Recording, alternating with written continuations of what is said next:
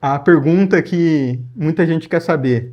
E aí, todo neurocirurgião é milionário? Como é que é? Fala pessoal, mais um vídeo aqui do canal SOS Neurocirurgia do YouTube. Hoje eu tô aqui com o Djalma de Campos, quem não me conhece, César Cabacho, neurocirurgião. Djalma, estudante de medicina, estagiário do SOS Neurocirurgia.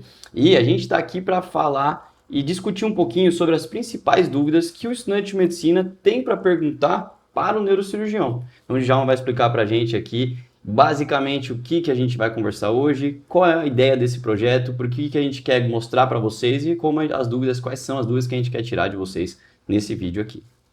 Perfeito. Então, a gente está com uma ideia de fazer um vídeo aqui que é esclarecer as principais dúvidas que o estudante de medicina tem sobre a neurocirurgia e sobre a residência e sobre como é ser um neurocirurgião, que o César e o Caio constantemente respondem aí caixinhas de perguntas, recebem na DM diversas perguntas, né? Se dá para ter relacionamentos, se dá para você ver sua família durante a residência, quanto que eu vou ganhar no futuro, como são as subespecialidades, qual que é a qualidade de vida. Então, tudo isso a gente vai estar respondendo aqui nesse vídeo, né?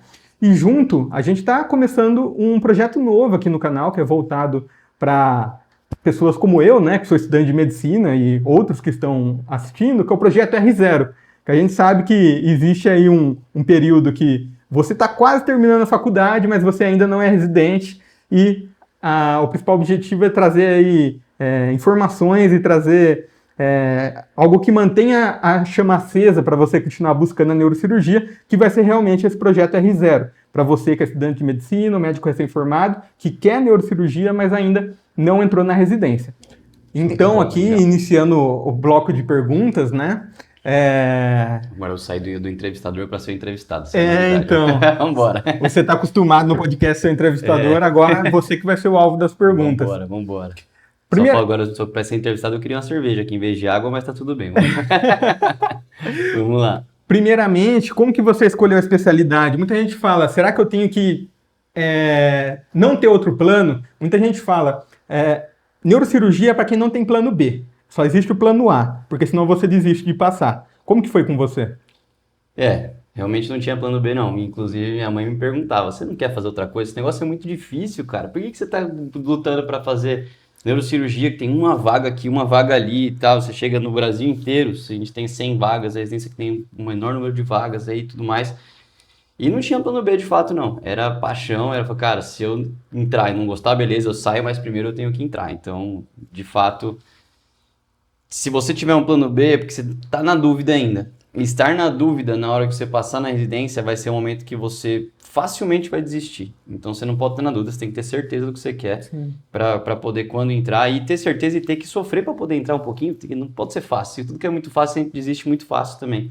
Sempre falo para todo mundo, né? Se eu tivesse entrado direto na residência, não tivesse penado para conseguir a minha vaga, eu tinha desistido. Então, tem que ter um pouquinho de esforço envolvido. Certo. E a gente costuma receber, né, falando em plano B, assim, já vou engatar essa pergunta, tem muita gente que fala, estou em dúvida entre neurologia e neurocirurgia.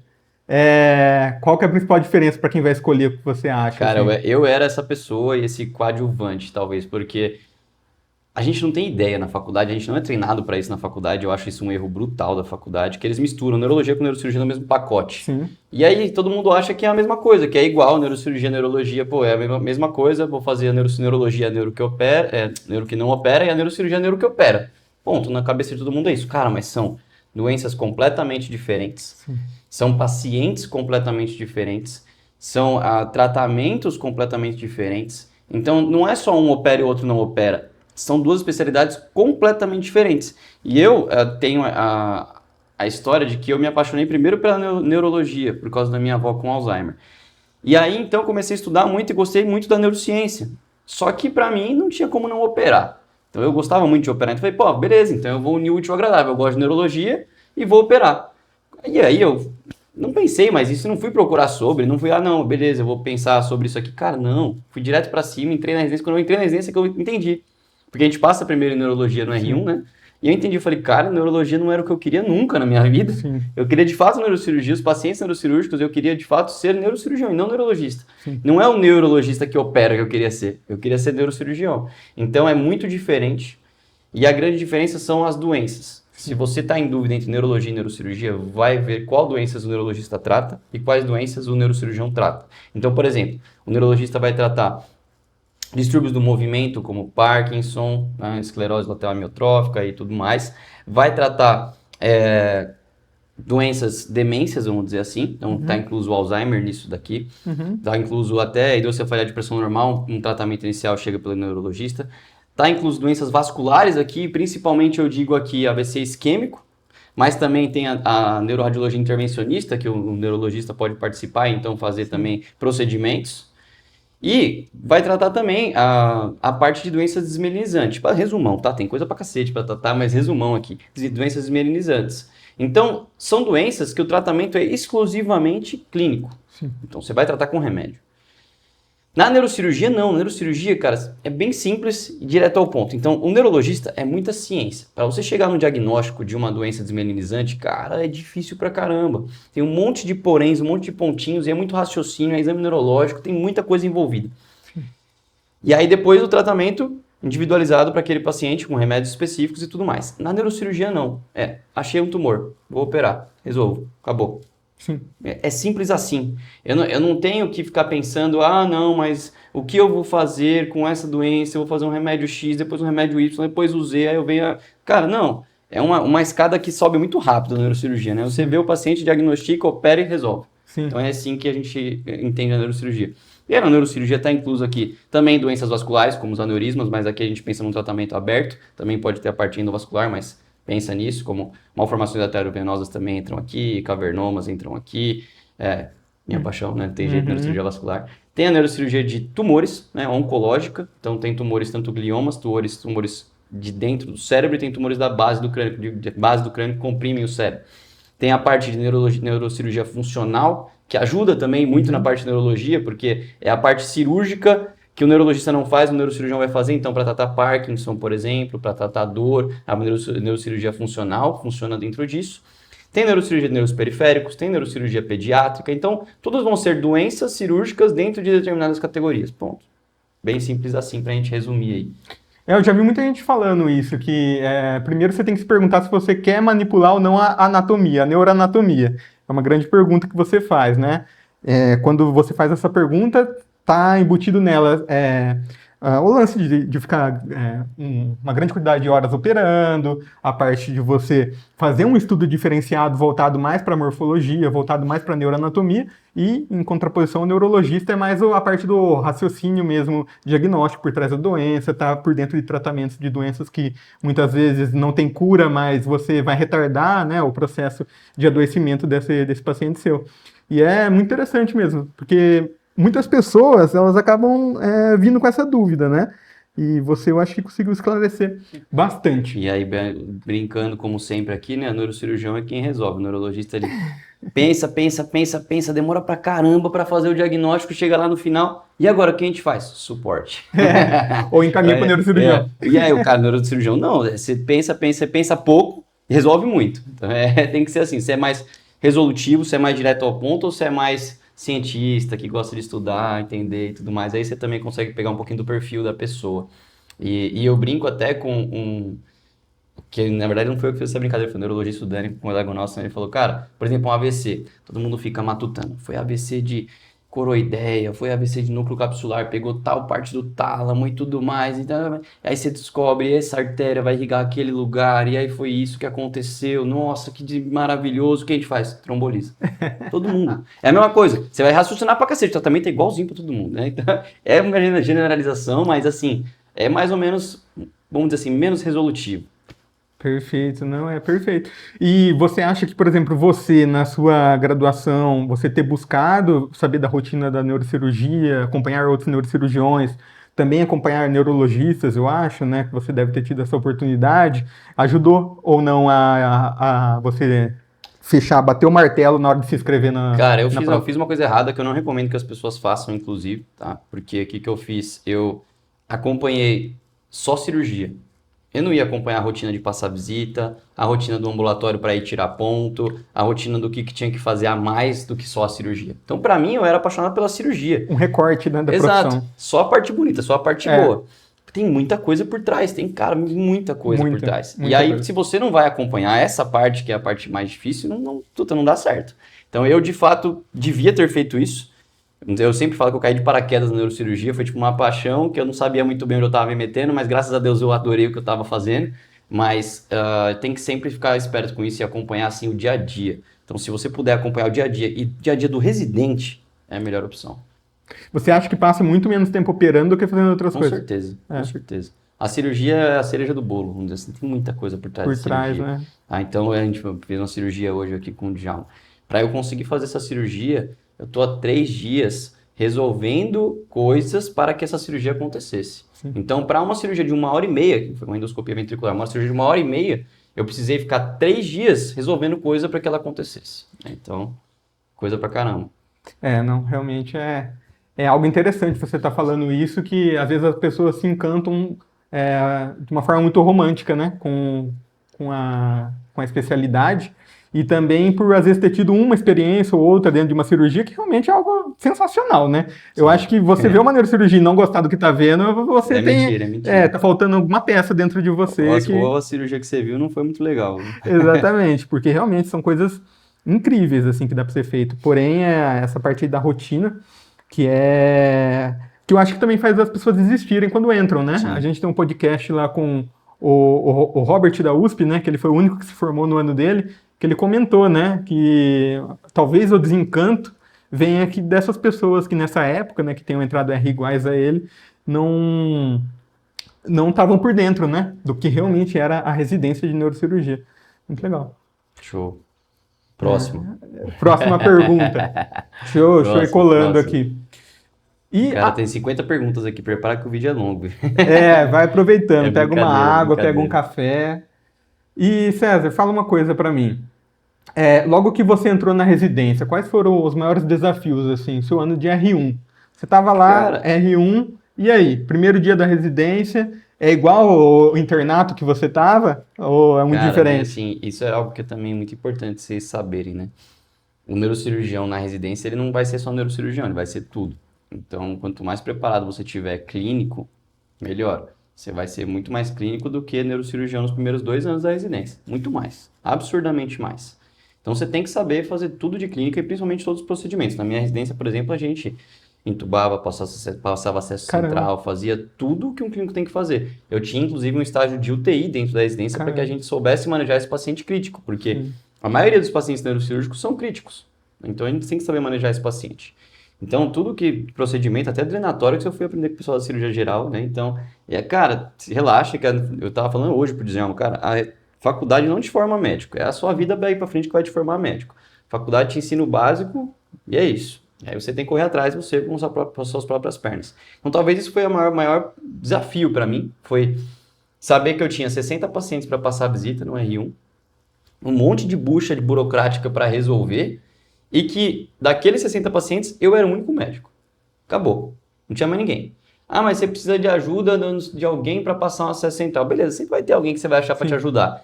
Mas até você achar alguém, pode ter já acontecido alguma coisa com o seu paciente. Então, para mim, essa foi a maior surpresa. Foi saber que naquele momento eu não ia ser neurocirurgião, não ia estar operando o tempo todo, não. Eu ia ter que primeiro, para chegar e conquistar meu direito de operar, fazer muita coisa boa na parte clínica, preparar muito paciente para a cirurgia, fazer muita burocracia, e entender como que era de fato todo esse fluxo do controle do paciente até que ele consiga operar. Então, que não é coisa tão simples assim quanto a gente pensa, que é só lançar um aviso cirúrgico, opera e tá tudo certo, aí resolvido. Não. Então, é muito mais complexo. E isso foi, eu queria que eu volto naquela parte que eu falei de ter visto só a cirurgia, tem que ver todo o processo por trás disso antes de você entender se é isso mesmo que você quer. E naquela vez que você gravou o podcast com o pessoal do Hospital da Restauração lá, o Caved, o Dr. Caved, ele disse uma fala que eu fiquei pensando bastante, que a residência espera que você, antes de tudo, seja um bom médico. É realmente isso que você comentou? Com certeza. Saber manejar um paciente, saber a partir de diagnóstico e tratamento. Que eu já vi você falando também em outros podcasts, dos primeiros lá do SOS, que não adianta nada você, o seu chefe, seu R+, fazer uma baita de uma cirurgia e o paciente morrer de pneumonia na UTI, né? Então, eu acho que... E acontece pra caramba, viu? Acontece muito. Tá? Então, é importante a gente entender, e eu sempre falo quando eu estou dando minhas aulas hoje em dia de HSA, bastante aula de HSA, de hemorragia subaracnoide, que a minha cirurgia pode ser maravilhosa. Eu posso ser o melhor do mundo. Não que eu seja, tá? Estou só falando que eu posso ser, velho. Um dia, quem sabe. Mas se não tiver uma rede de apoio por trás de mim, nada acontece do jeito certo.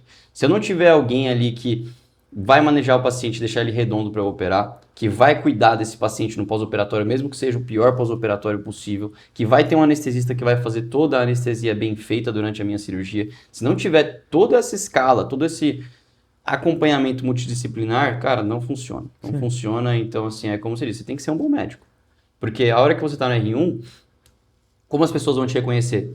Ah, você opera bem? Não, que opera bem, ninguém quer saber se você opera ou se você não opera. Quer que você toque muito bem a enfermaria. Quer que você toque muito bem os pacientes e que seja tudo redondo para que a cirurgia do seu R+, não seja ganchada. Então, como você vai ser reconhecido e como você vai ganhar confiança dos seus R+, dos seus chefes no primeiro ano? A parte clínica. Sim. Então, é com todo o manejo. Então, é sendo um bom médico. Não um bom neurocirurgião, é um bom médico. Então, se for um bom médico, cara, não tem erro. Não tem erro. Aproveitando esse gancho aí, você está comentando do R1, o papel do R1. Eu sei que os perfis de residência são vários pelo Brasil, mas eu acho que você é uma das pessoas que mais tem a capacidade para falar sobre isso. O que um típico R1 faz? O que um típico R2 faz? R3, R4, R5? O R1, cara, é o café com leite, né? O cara que está aprendendo tudo, então ele não sabe muita coisa ainda, então ele é muito café com leite. Tem muitos serviços que jogam muito peso nas costas do R1, tem muitos serviços que protegem muito o R1, né? Então tem muita variedade, como você falou, tem serviços diversos, é difícil a gente dizer qual que é a diferença entre cada um deles, porque são muitos e por isso que a gente faz o podcast Residências para o Brasil, pela que todo mundo entenda como é cada um. Mas o R1, basicamente, o que ele tem que aprender e saber, cara, ele tem que entender neuroanatomia, exame neurológico, instrumentação cirúrgica é muito bom que ele saiba, que isso ganha muito ponto, e tem residências que não tem instrumentador, então você precisa, como R1, R2, instrumentar. E também, dentro disso aqui, neuroanatomia, exame neurológico, exame de imagem. Então, saber bem o básico de exame de imagem. E aí, atrás de tudo isso aqui é o básico que você precisa saber de neurocirurgia, mas atrás de tudo isso aqui é você saber manejar um paciente. Uhum. É você resolver bucha. É resolver bomba. Por quê? Vai cair um monte de bomba na sua cabeça. De tudo quanto é lado. Seja essa bomba no paciente que não operou e foi cancelada a cirurgia por culpa sua, seja um assistente social que quer um relatório não sei do que para o paciente XYZ, seja a funcionária do hospital te pedindo uma receita, cara, qualquer coisa vai ser nas suas costas. Sim. Porque toda hora que chegar uma demanda para o R5 que ele acha que não é função dele, ele vai jogar nas suas costas. Sim. Seja você levar um paciente para uma tomografia que ele tomou um arregaço do chefe porque era para ele levar, ele não levou, ele vai falar que é culpa sua e você que tem que levar. Então é a hora que você vai só tomar na cabeça. Vai tomar, não vai saber nem de onde veio. Mas você tem que só aguentar. Só resistir. Isso no R1 e no R2. Lógico, como eu disse, varia muito. Né? Tem R1 que só está na neurologia e ninguém toca. Sim. Ou seja, eu estou na neurologia, tenho que terminar a neurologia, tenho que fazer neurologia. Sim. Agora, o R2, na maioria das residências, é o pior ano. Por quê? O R1 é o cara que vai tomar na cabeça, mas ele ainda é café com leite. Sim. Ou seja, ele não sabe as coisas ainda. Está aprendendo. Então tem essa desculpa, está aprendendo. Faz uma cagada? Ou não? Calma, ele está aprendendo. O R2 é o verdadeiro R1 ou não? O R2 é o verdadeiro R1. Por quê? O R2, cara, ele é o cara que tem que saber. Ele não tem mais desculpa. Ele ficou um ano treinando pra saber aquilo ali. Se ele errou, é porque ele fez cagada de verdade. Uhum. Ou ele não quis aprender no primeiro ano, levou nas coxas. Então, o R2 ele não é mais café com leite, mas desempenha em partes quase as mesmas funções do R1. Mas ele é mais... E aí começa a operar um pouco mais, claro. Mas é muito mais cobrável do R2 as coisas. Então você pode de fato falar assim, você já sabe disso. Por exemplo, o cara foi pro centro cirúrgico e não tinha o papel do banco de sangue, estava anulado no lugar errado para transfusão de sangue, não tinha sangue para cirurgia, foi cancelada a cirurgia. Cara, ele sabe disso, ele ficou um ano fazendo isso. Então não tem como você falar para ele, não, tudo bem, se é a primeira vez que você faz, você não sabe. Não é mais café com leite. R3, R4, R5 é o cara que vai começar a operar e resolver toda a situação. E aqui entra uma cobrança maior, porque o R3, o R4, o R5 é quem coordena os outros residentes. Uhum. Então, sempre você vai ser um R- de algum jeito, a não ser que você seja o R5. Mas, por exemplo, o R3 ou o R2 em algum momento, ele acaba sendo o R- do centro cirúrgico. Uhum. Então, quem vai ficar tocando sala é o R5, o R4? Não, é o R3. Uhum. E ele volta a ser R1, mas o R1 do centro cirúrgico, vamos dizer assim. Uhum. O R4. Quando o R5 está fazendo as coisas dele e não quer fazer nada, quem vai tocar é o R4. Então, você sempre acaba sendo R- de alguma maneira, mas... O que acontece basicamente do R3 para frente varia muito de serviço para serviço, mas são basicamente partes cirúrgicas Passar visita em UTI, passar visita na pediatria, às vezes fazer um ambulatório diferente, um estágio fora e assim por diante. Esse é um resumão aí. E a hierarquia da cirurgia muda também, né? Não é Muda R3, muito, não é muda R3 muito. que vai clipar o aneurisma e não é Muda R5 muito. que vai abrir a pele, né? Muda bastante, né? Isso também varia de serviço para serviço, porque tem serviço que basicamente fala, não, o R5 decide e o resto fica como sobrou. Tem serviço que é bem dividido, fala, ó, o R5 faz tal coisa, o R4 faz tal coisa, o R3 faz tal coisa, assim por diante. Então, varia bastante de serviço para serviço. Então, no Mandaki, lá onde eu fiz residência, a gente tinha bem dividido o que cada um fazia de cirurgia. Claro, o R5 nunca fez aquela cirurgia, mas está na lista do R4, pô, o R5 vai fazer, claro, não terem dúvida. Mas a gente era muito colega com isso, então aneurismas e tudo mais, pô, eu comecei a clipar aneurisma no R3, Uhum. né? Então, no começo da R3 estava clipando aneurisma. Porque o meu R5 já tinha clipado muito e falou, pô, pode fazer, né? Então, isso ia acontecendo. Então, depende Uhum. muito, varia muito de serviço para serviço, né? Depende dos R+, depende de muita Depende coisa, se é né? mais, depende se você fez seu trabalho bem feito e os caras gostaram de você desde o R1. Sim. Então, se você faz seu trabalho mal feito desde o R1, quando chega lá no R3, o cara não vai te deixar fazer as coisas. Ao passo que quando você faz trabalho bem feito, no R2 os caras já começam a te deixar fazer as coisas. Uhum. Tá? Então, endoscopia ventricular, que é um procedimento de mais de cara de residente mais velho aí no caso. Eu no plantão com o meu chefe, eu fazia sozinho com ele. Uhum. Então, pô, ele deixava eu fazer no R2, coisa que, pô, muito R2 nem sabe como que mexe, monta o endoscópio, Sim. né? Então, isso é muito de você correr atrás também, né? Porque, pô, tem uma cirurgia diferente que pode acontecer no plantão. Se você correr atrás, ela vai acontecer. Se você ficar só esperando, ela não vai acontecer. A primeira endoscopia que eu fiz no meu plantão, meu chefe falou, você quer fazer? Eu falei, quero. Eu falei assim, ó, tá bom, pra você fazer, você tem que fazer isso.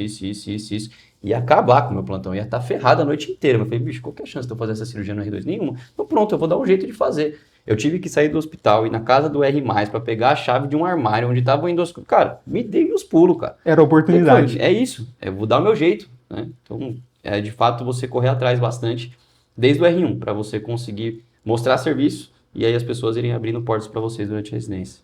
E falando nessa grande diversidade de serviços que tem, o que você acha que a pessoa tem que ter em mente na hora de prestar a prova para o serviço X ou para o serviço Y? Que é aquele lance de perfis que a gente fala, meu perfil é tocação, não é pesquisa. Meu perfil é pesquisa, não é Sim, tocação.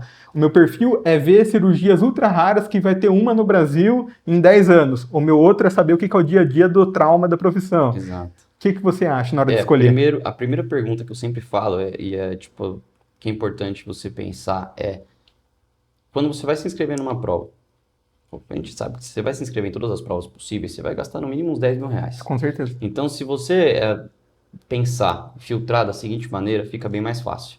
Se você pegar e pensar, eu vou fazer essa prova aqui, beleza. Se eu passar, eu vou fazer essa residência? Ponto. Se faz essa pergunta na hora que você fizer a inscrição na prova. Aí você fala, não vou fazer. Então você não se inscreve, pô. Simples assim. Sim. Então é bem tranquilo, bem simples de pensar assim. Só que na neurocirurgia entra uma questão bem complexa, né? Porque é difícil de passar pra cacete. Então você fala, cara, vou me inscrever em tudo para poder passar. No fim você acaba selecionando, no final você acaba passando mais de uma porque você se inscreveu em muitas e assim por diante, mas o que é importante, além de você saber se vai ou não fazer aquela residência, é você de fato tentar conhecer o perfil daquela residência, como você disse, para poder então tomar essa decisão se você vai ou não fazer, se você passar, porque não adianta nada você ouvir alguém falar e, beleza, eu quero fazer porque alguém falou que é lindo, alguém falou que é muito bom e tudo mais. Vai fazer um estágio, vai acompanhar ali alguma cirurgia, vai fazer alguma coisa para poder, de fato, entender se aquele lugar você faria ou não. Pense também em questões geográficas, demográficas até, vamos dizer assim. Porra, sua família tá perto ou tá longe? Vale a pena ficar aqui, não vale ficar aqui? Eu tenho dinheiro para me sustentar aqui? Eu não tenho. Como que eu vou fazer? Então isso é importante também. Então, por exemplo, você tá, sei lá, eu tô aqui em São Paulo, aí eu vou prestar prova lá no Amazonas. Cara, para mim não faz sentido, né? Então minha família tá toda aqui, por que eu vou para lá? E isso para mim foi muito importante na minha decisão também. Eu passei em São José do Rio Preto e em São Paulo. Minha família tava tudo em Santos. Por que eu vou para São José do Rio Preto? Cara, Muitas horas de não viagem, faz né? sentido. Por mais que seja uma residência, vou pensar, uma residência mais longe é uma residência melhor. Mas e aí, será que vale a pena? É só uma decisão baseada em uma residência boa, residência ruim? Não, cara, você vai basear, tem baseado, é muito baseado em outras coisas, muitas coisas envolvidas, né? E você acha que quando a gente vai para um local, é mais difícil da gente voltar? por exemplo, a gente cria mesmo raízes naquele lugar, as oportunidades de trabalho vão começar a aparecer muito mais naquele lugar. Com certeza. Vejo muita gente falando que é de estados mais distantes de São Paulo, que tem muita vontade de vir para São Paulo fazer a formação, que tem ótimos centros e tudo mais, e que o grande sonho é voltar um dia. Eu imagino que não seja fácil. É mais difícil você voltar, né? Mas o seu contato ele começa desde antes da residência. Sim. Desde antes da residência você já tem contato com a pessoa de onde você está morando, de onde você quer trabalhar depois, né? Então a pessoa já te conhece, a pessoa que você... É como se fosse, cara, quando a gente fala em investidor anjo, né? Se pro cara investir na sua empresa, o cara tem que te dar uma grana lascada. Pro cara te colocar numa equipe, ele tem que te confiar em você. Então ele tem que saber que você vai ser uma flor que vai dar frutos. Se ele pensar em você como só mais um, ele não vai te contratar depois que você se formar, independente de onde for. Então eu sempre falo que pra gente boa, nunca falta trabalho. Nunca falta. E assim, vai ter um monte de trabalho que vai aparecer. Vão ter residentes que vão formar e ninguém vai querer dar trabalho porque o cara foi um péssimo residente. E vai ter gente que é um residente que vai formar e vai ter 5, 6 trabalhos para escolher onde ele quer ir. E é aquilo, é como investidor, como eu disse, investidor anjo, o cara tem que confiar em você. E a confiança começa desde antes da residência. Sim. Desde você alimentando e o cara te conhecendo, e aí o cara vai acompanhar a sua carreira. Porque você já se apresentou, você já mostrou seu interesse, você conversou com ele, com essa pessoa. E aí ele fala, pô, esse moleque aqui tá indo bem, ó, tô vendo lá na residência, ele tá indo bem, tá, porra, legal, quero trazer ele sim, quando ele terminar eu tô guardando um espaço aqui pra ele. Pô, pode acontecer de não ter o seu espaço naquele momento? Pode ser, pode acontecer, mas se você for alimentando aos pouquinhos e mostrando para aquele investidor anjo que você vale a pena o investimento, cara, você vai dar fruto no futuro pra ele, cara, tá tudo certo. Então, é mais difícil voltar? É mais difícil voltar. É mais fácil você, pô, por exemplo, se eu fizer residência em São Paulo, todo mundo, você ficou 5 anos naquele hospital. Todo mundo te conhece. Sabe se você é bom ou ruim. Sim. Todo mundo sabe. Sim. Você não pode tentar esconder, mas você não vai conseguir esconder. Todo mundo vai saber. Sim. Então, cara, vão saber e você vai muito mais facilmente conseguir emprego naquela região ali, porque todo mundo te conhece, todo mundo te indica. As pessoas que te conhecem te indicam pacientes no consultório e assim vai. Então, é mais fácil. Até hoje o pessoal lá do Manda Aqui me manda mensagem, fala assim, quando você está atendendo, eu quero mandar um paciente para você. Aí quando eu falo, não, eu tô no interior, aí todo mundo fala, puta, que difícil e tal, mas enfim, as pessoas te conhecem e te indicam se você é uma pessoa que elas gostam e que acham que vai cuidar bem daquelas pessoas que eles conhecem para indicar. É mais fácil, mas é aquilo, cara. E uma dica assim, cara, se você quer voltar para a sua cidade, volte logo, não fique enrolando, só vai. Ah, não tenho trabalho, vai. Começa a aparecer ali, Sim. começa a se enfiar, dá as caras. Quem Joga a cara pra tapa mesmo e fala, velho, cheguei, tô aqui. Quem me não é visto contrata. não é lembrado. Não, de jeito nenhum. Velho, me contrata. Chega, eu quero ser contratado. Posso? Tá bom. Me mostra o que você tem de bom. Ah, tenho isso, então vamos.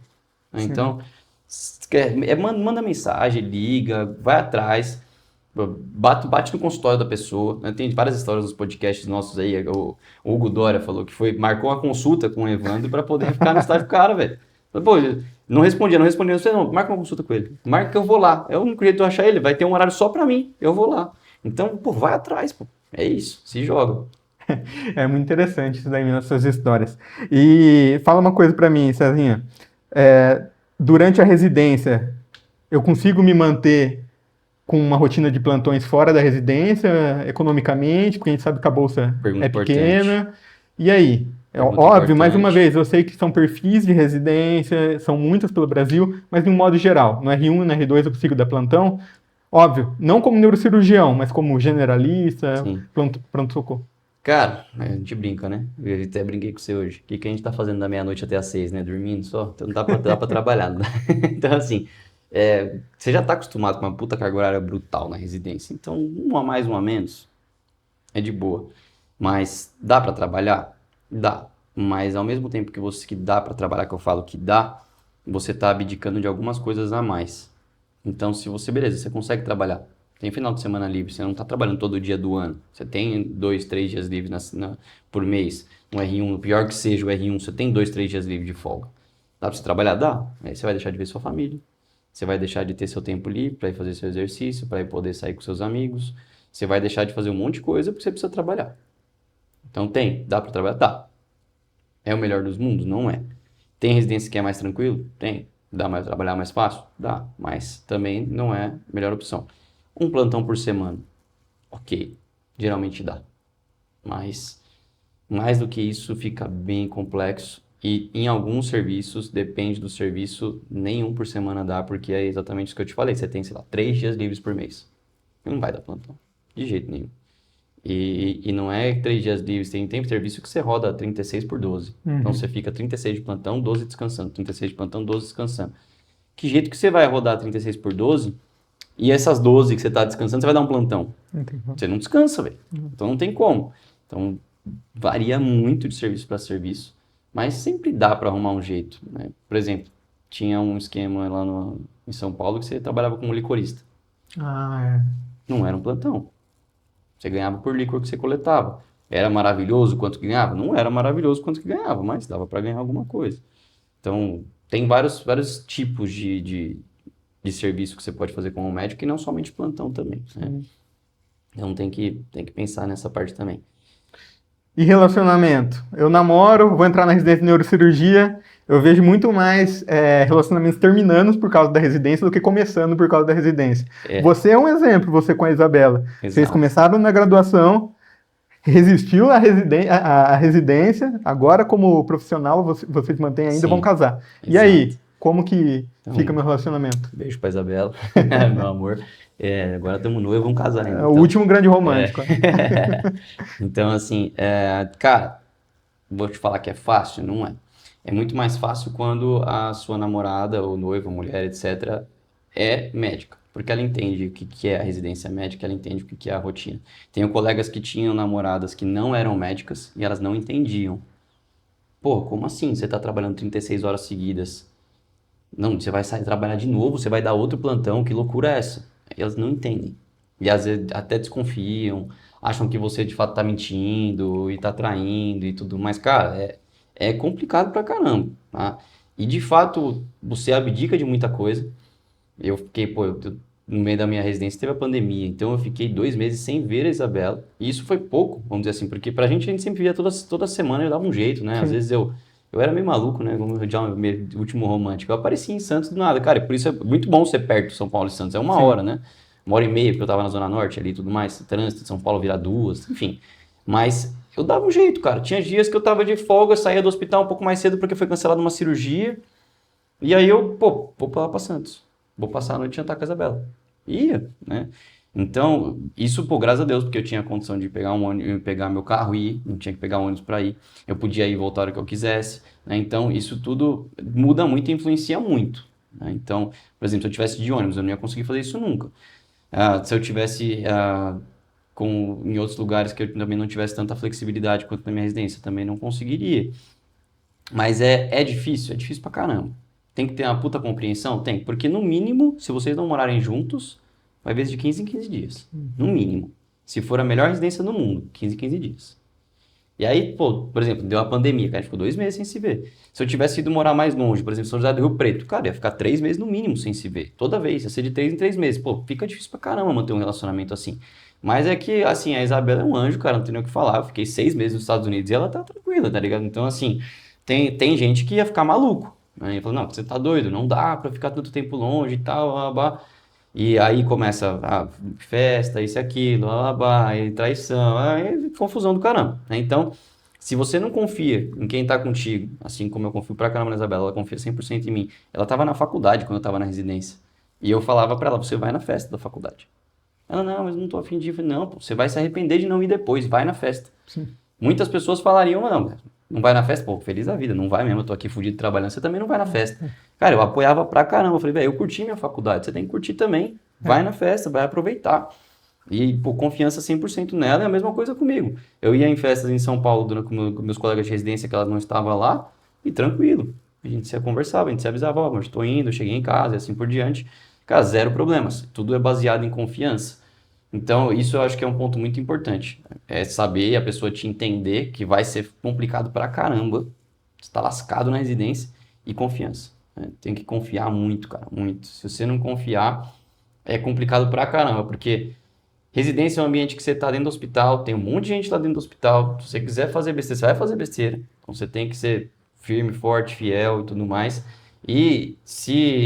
Assim, se a pessoa não confiar em você, tem um monte de gente que fala contigo no hospital. 1 milhão de pessoas que mandam mensagem para mim no hospital, porque quer conversar comigo, porque quer uma interconsulta, isso e aquilo. Se a pessoa não confia em você, ela começa a criar a minhoca na cabeça. Sim. Por que você está falando com essa menina aqui, residente da clínica médica? Interconsulta, eu tenho que responder interconsulta, tá ligado? Tipo, não tem o que fazer. Sim. Só que isso varia muito da compreensão de cada um. Tem gente que vai ficar com ciúmes, tem gente que não vai confiar, e assim vai, né? Então isso varia bastante mesmo. É bem complexo.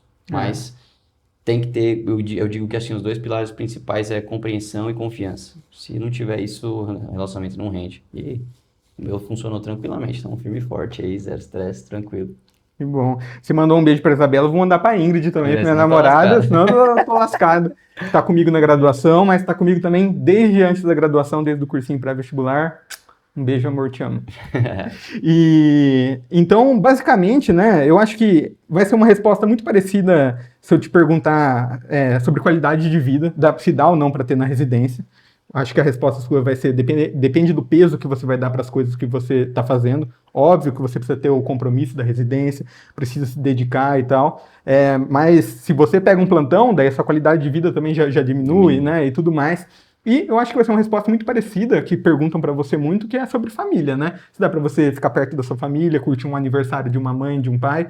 Eu acho que vai ser uma resposta muito parecida ou não? Sim, cara, não tão parecida, porque quando a gente fala de família, de aniversário, de casamentos, de amigos e assim por diante, pelo menos comigo e com meus R+, R-, existe uma compreensão muito grande. Ah, que legal. Porque, cara, você não, pô, um casamento de um amigo seu, você vai ser padrinho. Uhum. O cara não vai falar, não, você tá fudido de plantão, você não vai. Alguém vai te dar um jeito pra poder te ajudar e falar, não, pô, tranquilo, a gente dá um jeito, eu fico aqui no seu lugar. Ó, aniversário da minha avó de 80 anos. Você fala assim, pô, não vou? Tá de sacanagem? Claro que vai, pô. Vai que Deus me livre, mas a avó morre no dia seguinte, sabe? Você não foi, você perdeu essa oportunidade de estar com a família. Mas assim, Natal, Ano Novo, esquece. Vai ter grandes perdas aí. Carnaval, vai ter grandes perdas. Então talvez agora não dependa tanto das suas escolhas, mas dependa do relacionamento que você tem com as pessoas e Com certeza. de que as pessoas têm com você, certeza. né? Tem gente que pode te ferrar bonito, porque quer te ferrar e acabou. E por mais que você fale, cara, pô, tem um casamento do amigo meu, eu não tô nem aí. Eu quero estar de folga nessa data. E vai ter gente assim. Sim. Tem muita gente assim, inclusive, tá, gente? Sim, sim. Então, assim, a exceção é o que eu tô falando aqui, de você conversar e beleza, mas a maioria não vai ser assim. Graças a Deus eu dei muita sorte, cara, que foi sempre assim. E o período que eu entrei na residência, todo mundo... A primeira pergunta que me fizeram é assim, cara, você tem alguma data importante Ai, que esse legal. ano? Que a gente Legal. vai se ajustar dependendo disso. Uhum. Então, assim, cara, eu entrei já sabendo que eu ia me lascar, então eu falei, não tenho nenhuma data, tá tudo em paz. Eu já não programei nada, e graças a Deus não tinha nada aquele ano de fato. Mas, se eu chegasse e falasse, pô, tem um casamento do meu melhor amigo em tal lugar, eu vou precisar ficar tantos dias fora. Todo mundo vai se organizar para fazer isso. Né? Então, isso dá muito certo se você se conversa e se tá todo mundo junto e alinhado ali no mesmo ponto. Tá? E qualidade de vida, cara, você perguntou, eu sempre digo que você cria a sua qualidade de vida. Né? Uhum. Você pode encarar a residência como um inferno, que você tá se ferrando pra cacete. Nossa, mas tem 60 pacientes internados, cara, não aguento mais ver gente, eu não aguento mais essa família me enchendo o saco.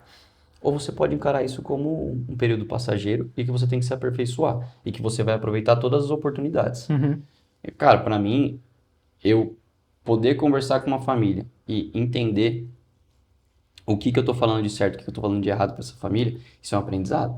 Eu ter 60 pacientes pra cuidar é muito difícil, é difícil pra caramba. É muita responsabilidade. Sim.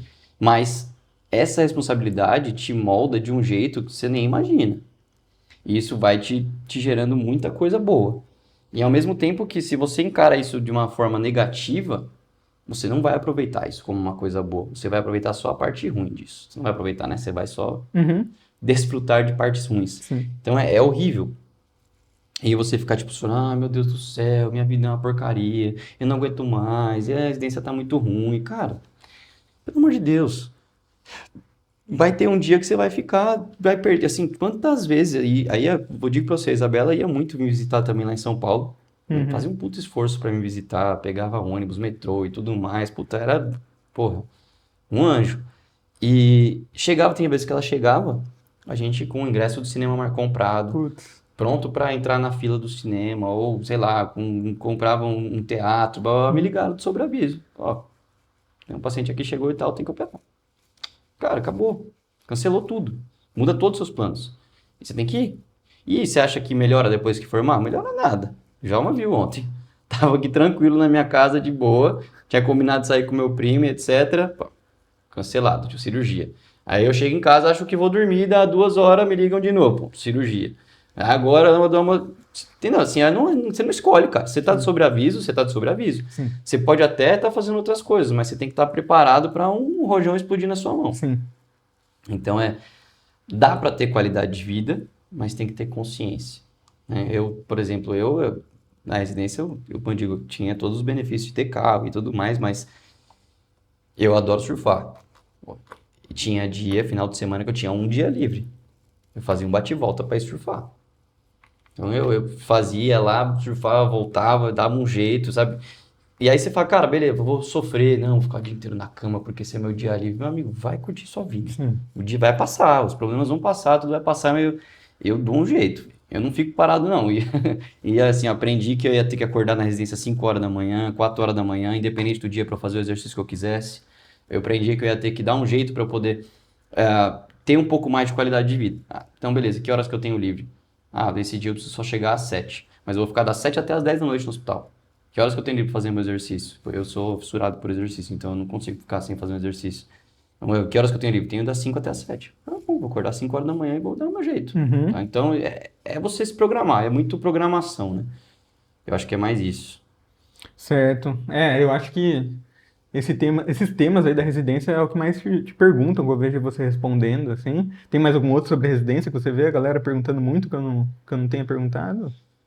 Puta, cara, assim de cabeça, não consigo pensar, não. Eu acho que é mais isso, Mas né? eu vou deixa aqui, Djalma. Se você tem alguma dúvida sobre residência, alguma coisa para uma parte 2, quem sabe, a gente deixa aqui os comentários desse vídeo. Também no Instagram pode mandar pra gente, a gente vai anotando e vai colocando aqui também, porque eu acho que fica bem bom tirar dúvida de todo mundo, Sim. né? Então, isso aqui são dúvidas suas, eu acredito, né? Então, dúvidas que te perguntam, que me perguntam, que você vê isso, né? Uhum. Então, tem muita gente que tem dúvidas que às vezes eu nem sei, né? Dá pra ter cachorro na residência, sei lá, entendeu? E eu queria muito, eu ia adorar ter cachorro, eu amo cachorro, puta, amo cachorro. Só que não consigo, cara, não dá pra você deixar o cachorro largado em casa o dia todo sozinho, o dia inteiro sozinho. Tem gente que tem gato pode deixar sozinho, tem estresse. Então, assim, tem muita pergunta que vocês podem fazer, né? Mas, enfim. E sobre a residência, podem perguntar, a gente pode fazer uma parte 2. E agora, último dia da residência, dia 1º de março que vira, né? 1º de março vira. Mas depende da residência também. Minhas férias começaram em fevereiro, minhas últimas férias eu já acabou, formei. Beleza, peguei lá, sou neurocirurgião agora. Muda? Falam que a primeira cirurgia que você... Falam que a primeira cirurgia que você faz fora da residência é a mais difícil, é verdade? Mais difícil. Mesmo Cara, se formar DVS... Eu não sei te dizer se é ou não, porque assim, eu vou te falar assim, piora com certeza. E tudo que você reclamou que você estava fazendo demais no R1 só piora depois que você forma. De burocracia? De burocracia, piora muito burocracia, porque é plano de saúde, é hospital e blá blá blá, e muito pior do que da residência, porque na residência sempre você está embaixo de um guarda-chuva. Sim. Do seu chefe, disso, daquilo. Cara, piora demais depois que você forma a parte burocrática. Às vezes você gasta muito mais tempo em prontuário, em laudo, etc. Pra você passar a visita em 60 pacientes na residência, rapidinho. Agora, se você passar a visita em 4 pacientes depois que você formou, demora pra cacete. Muito. Então, assim, é muito, muito variável. E tudo aquilo que você reclamou, porque eu tô trabalhando demais, é porque a cirurgia é isso, porque você vai só tomar na cabeça depois que você formar, se você tratar desse jeito a vida, porque piora bastante e piora muito a responsabilidade. Como você falou, a pior cirurgia é a mais difícil, a primeira cirurgia depois que formou é a mais difícil. É a primeira vez que você... E tem uma frase, cara, que me falaram, meu chefe me falou durante a residência, que eu levo pra vida. Porque é o seguinte, né? A residência, o período da residência, aproveite até o fim. Porque é o último período que vai ter alguém te ajudando a fazer a cirurgia e torcendo para que essa cirurgia dê certo. Falam isso na graduação, a gente não dá bola também, né? Porque depois de se formar, meu amigo, o tanto de gente que vai estar torcendo para você fazer cagada na cirurgia, para sua cirurgia dar errado, é gigantesco. Porque você é mais um na concorrência do mercado. E todo mundo quer que você se dane, quer que você faça coisa errada na cirurgia. Ninguém quer que essa cirurgia dê certo, ninguém quer que você seja melhor do que ele. Ninguém dá armas para você passar na frente. Isso é totalmente errado. Puta, eu acho bizarro isso, porque é uma proteção de mercado. Cara, pelo amor de Deus, né? A proteção de mercado o quê? Proteção de paciente, cara. Como assim, né? Você tá... É a saúde de alguém que você está brincando, não é um mercado, não tem nada disso. Então você tem que, de fato, pensar que, pô, beleza, colega meu hoje está fazendo a cirurgia de um pai de uma colega minha, que eu não pude estar presente, infelizmente. E, pô, eu torço para que a cirurgia tá tudo certo. Eu não vou torcer, pô, você quer que a cirurgia dele dê errado, porque aí o cara vai vir falar comigo e não com ele. Pelo amor de Deus, eu tô rezando para que dê tudo certo. Sim. Primeira coisa que eu falo pro cara, pô, boa cirurgia, brilha lá, é sua, né? Então, isso é uma coisa que tem muita gente que, de fato, confunde, né? A questão de o que você está pensando, né? É mercado, é dinheiro, é isso e aquilo, ou é o paciente, é o seu resultado, o que é isso? Então, essa primeira passo aqui, né? Ninguém vai torcer para dar certo para você depois que você formou. Ninguém vai torcer para dar certo. A segunda questão, responsabilidade é só sua. Não tem ninguém mais para dividir a responsabilidade. É você e o que você escrever é seu, o que você fizer é seu. Se você fizer alguma coisa errada, a culpa é sua e só sua. Então, é muito difícil essa questão. Você vai fazer uma cirurgia, por mais simples que seja, uma DVP, um hematoma extradural. Cara, na residência você posiciona em 2 segundos, você vai 2 segundos. Você nem pensa, você faz meio medular, meio automático. Uma equipe que você está acostumado a trabalhar. Depois que você se forma, cara, você vê cada detalhe que você tem que prestar atenção, de fato. Você posiciona e reposiciona o paciente umas 10 vezes. Porque você fala, puta, eu não sei se tá certo aqui, será que vai dar certo? Caramba, e agora? E se der errado, o que eu faço? E você fica muito preocupado, né, com o que pode acontecer se der alguma coisa errada. Sim. Porque pode dar errado. Ninguém é perfeito, pode dar errado. E aí você fica com uma responsabilidade gigantesca ali nesse momento.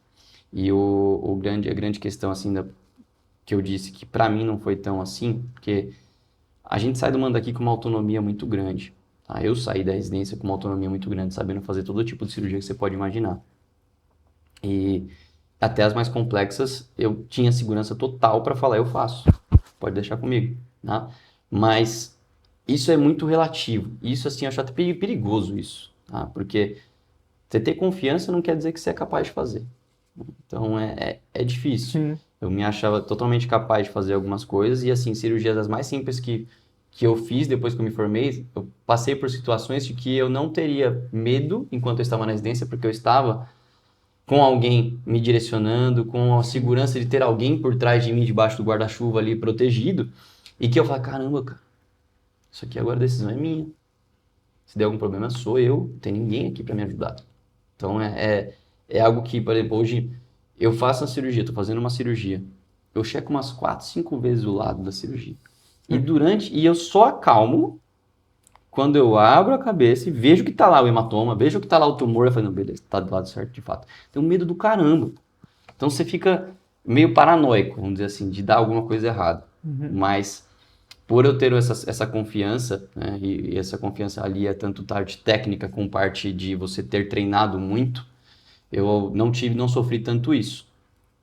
Então, assim, se eu te falar que eu não sei exatamente qual foi a minha primeira cirurgia depois que eu formei, não, mas assim... Apagou, acho que, tava tão nervoso que apagou. Não lembro, não, assim, não, vou te falar, não, qual foi a primeira cirurgia que você... Não lembro mesmo, mas que eu tava doido pra fazer um aneurisma na segunda semana depois que eu formei, já tava com a mão coçando, sabe? Eu tava sem dúvida nenhuma. Galera fugindo pra um lado e você correndo em direção dele. Eu tava, exatamente, galera, não, eu quero fazer aquela coluninha baba e não sei o que, cara, não, qual que é a cirurgia mais difícil que tem pra fazer? Eu quero fazer essa daí, né? E de fato, assim, porra, eu amo neurocirurgia vascular, neurocirurgia de base de crânio. Inclusive, eu acho que a minha primeira cirurgia foi uma mastoidectomia, que era uma cirurgia que eu tinha feito uma vez na residência só. E aí caiu um paciente lá que a otorrino não queria operar por uma mastoidite crônica e precisava fazer uma mastectomia. Eu falei, cara, vou fazer, vambora, vou fazer. Então, como eu disse, a confiança se torna algo meio perigoso, né? Mas que, aliado junto com o conhecimento, com toda a técnica e treinamento que você fez durante a residência, isso vai tranquilo. E é aquilo, tava doido para fazer o aneurisma. Mas, pô, naquele momento ali, eu tava na residência, você tá ali fazendo aneurisma, uma cirurgia que eu vou mais falar sempre, não tem jeito. Tá com a camiseta aqui, ó, representando. É o que eu mais faço. Então, o que a gente sempre vai pensar, pô, isso é aneurisma romper, né? Sim. Na residência, você tá protegidaço. Você tá assim de boa, porque seu chefe tá ali do lado. Se romper, a primeira coisa que ele vai fazer é falar, sai daí, vai embora. A bomba não é sua. Sim. E era o meu maior medo, quando eu me formei, se romper, eu vou saber o que fazer? Eu vou saber lidar com isso? E não é que isso era o meu maior medo, mas que isso era uma das minhas maiores angústias no R5. Por quê? A maioria dos aneurismas ia muito bem, porque o Dr. Emílio, nosso chefe, cara, sensacional. Então, quase nunca rompi um aneurisma. E eu torcia para que eu pudesse ver uma complicação, para que eu soubesse resolver aquela complicação. Eu não queria só a cirurgia lisa. No R4 eu queria só a cirurgia lisa, eu queria só fazer o bem bom. No R5 eu queria a complicação. Eu queria, pô, quero ver essa complicação acontecer. Eu quero ver, e assim, não precisa que eu resolva. Estar preparado, né? Eu quero ver como o chefe resolve. Sim. Para que eu seja preparado, para que quando for a minha vez, eu saiba resolver. Claro. Então, é algo que, graças a Deus, eu consegui pegar essa confiança. Claro que você, quando começar a fazer aneurisma depois de formar, ou fazer tumor depois de formar, vai acontecer algumas coisas erradas. E você vai ter que saber lidar com isso. Né? Então, são coisas que você vai falar, caramba, e agora? Isso aqui, o que eu faço? Só que não é assim, puta, já acho que eu vou fazer isso de jeito nenhum, amigo. Sangrando na sua cara, aneurisma ali estourado, e você tem que pensar em 3 segundos o que você vai fazer. Então, são coisas que você nem pensava na sua residência. E aí, quando você forma, a responsabilidade aparece ali, bate na sua porta. E aí, o que você vai fazer? Né? E, cara, eu me virei nos 30, né? Mas você se vira e vai embora. Não tem o que fazer. E, finalizando aí, a pergunta que muita gente quer saber. E aí, todo neurocirurgião é milionário? Como é que é? Qual que é o salário do neurocirurgião, César? Porque eu sei que tem muitas possibilidades de trabalho. Tem o plantão, tem o consultório, tem a equipe. Sim. E aí, eu vou mandar meu currículo num lugar e alguém vai me contratar? Como é que é? Fala um pouquinho. Cara, isso é um negócio bem complexo, tá? Porque todo mundo pensa, neurocirurgião é milionário, não sei o que, ó. Porque todo mundo vê aquele neurocirurgião muito bem sucedido, que já tem 20, 30 anos de carreira, que tá cobrando 100 mil reais numa cirurgia, e assim por diante, cara, é muito variável, muito mesmo, né? Então é muito difícil você falar que é recém-formado, você vai ser milionário, não vai.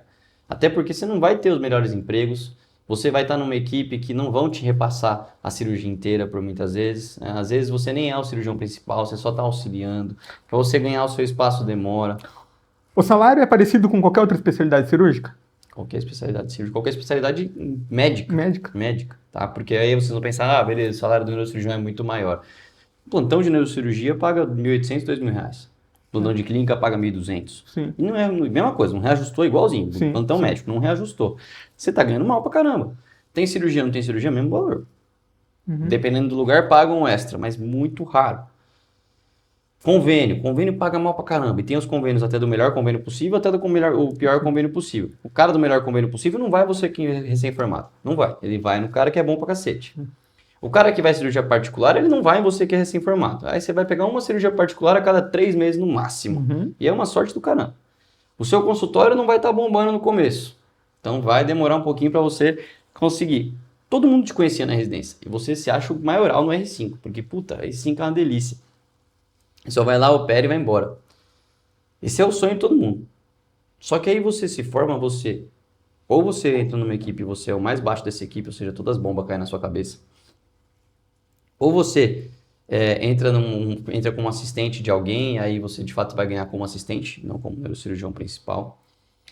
E aí você tem que penar muitos anos nas costas dessa pessoa para conseguir ser alguém e ganhar algum dinheiro. Ou você vai sair dando plantão. Sim. Vida de plantão não faz ninguém crescer.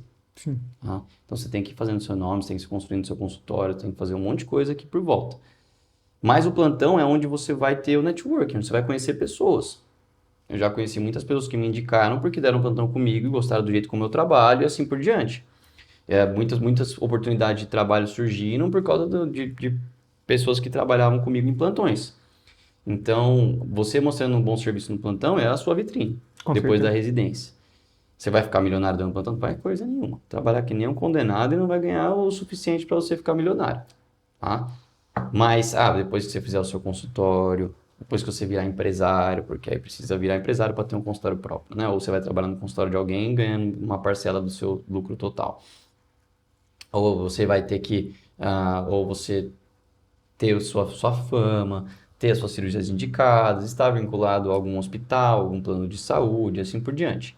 Então, é uma jornada longa e que é muito difícil de aceitar. Eu sou uma pessoa muito imediatista, né? Então, pra mim, eu formei, eu sei fazer os negócios e eu vou querer fazer e acabou. E eu sou o melhor pra fazer isso e tá tudo bem, né? Na minha cabeça, mundo de Alice, né? E aí, cara, ninguém sabe quem eu sou. Ninguém sabe quem eu sou. O paciente não vai em mim. O paciente vai olhar pra minha cara de moleque e vai falar assim, não, eu vou operar com ele. Não vai, pô. Ainda bem que eu tô ganhando os cabelos brancos que tá dando mais confiança, né? Então, cara, é difícil pra caramba isso. Então é aos pouquinhos, é uma construção, e é uma construção, cara, de minhoquinha mesmo, sabe? Você vai devagarzinho, não tem jeito, e você vai fazendo o seu nome, você vai construindo, você vai trabalhando e trabalhando bem, as pessoas vão te conhecendo, e aí você vai aos poucos.